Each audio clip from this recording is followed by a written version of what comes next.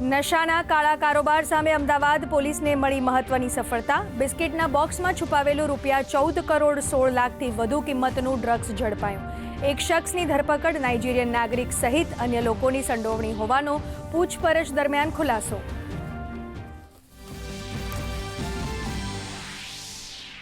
Online છેતરપિંડી અને cyber ગુનાઓ સામે લગામ કસવા રાજ્ય સરકાર એક્શનમાં। આજથી ઓપરેશન મ્યુલ હન્ટ 2.0નો પ્રારંભ। નાયબ મુખ્યમંત્રીની અધ્યક્ષતામાં યોજાયેલ બેઠકમાં ડિજિટલ સુરક્ષાને વધુ મજબૂત કરવા અપાયા કડક આદેશ।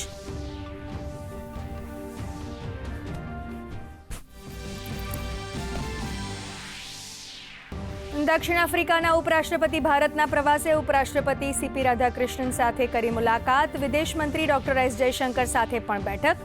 વેપાર, રોકાણ, એમએસએમઈ સહિતના મુદ્દે બંને નેતાઓ વચ્ચે થયું મંથન।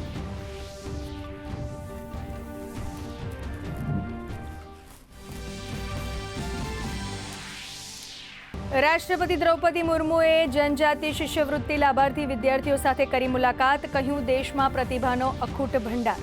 સાચું માર્ગદર્શન, સહયોગ અને યોગ્ય મંચ પૂરો પાડવાની જરૂર। શિક્ષણને ગણાવ્યું સશક્તિકરણનું મહત્વપૂર્ણ સાધન।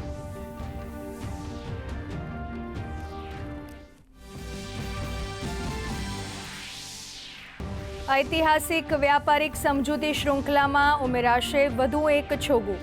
ભારત યુકે એફટીએ લાગુ કરવા મામલે નવી દિલ્હી ખાતે મહત્વની બેઠક।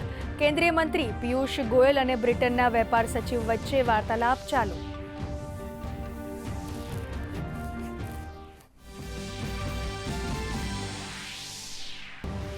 અપ્રવાસી અને વિદેશી નાગરિકોને ભારતમાં રહેવા માટે નિયમોમાં કરાયા ફેરફાર।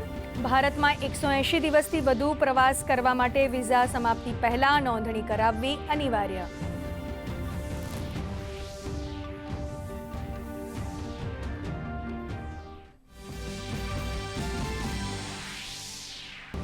સાબરમતી મહાસફાઈ અભિયાનનો પ્રારંભ। ચોમાસા પહેલા નદીના પટમાં એકત્ર થયેલા પ્લાસ્ટિક ઘન કચરાને દૂર કરવાની કામગીરી શરૂ। કેબિનેટ મંત્રી ઋષિકેશ પટેલે કહ્યું, સફાઈ ઝુંબેશથી પર્યાવરણીય સંતુલન જાળવણીમાં થશે મદદ।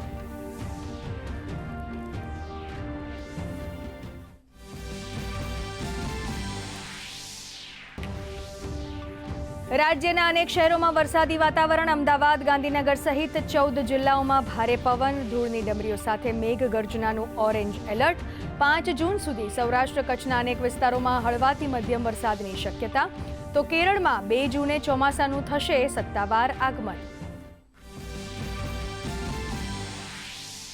સતત 4 કારોબારી દિવસના ઘટાડા બાદ ભારતીય શેર બજારમાં છવાઈ રોનક। સેન્સેક્સમાં 382 અંકનો ઉછાળો।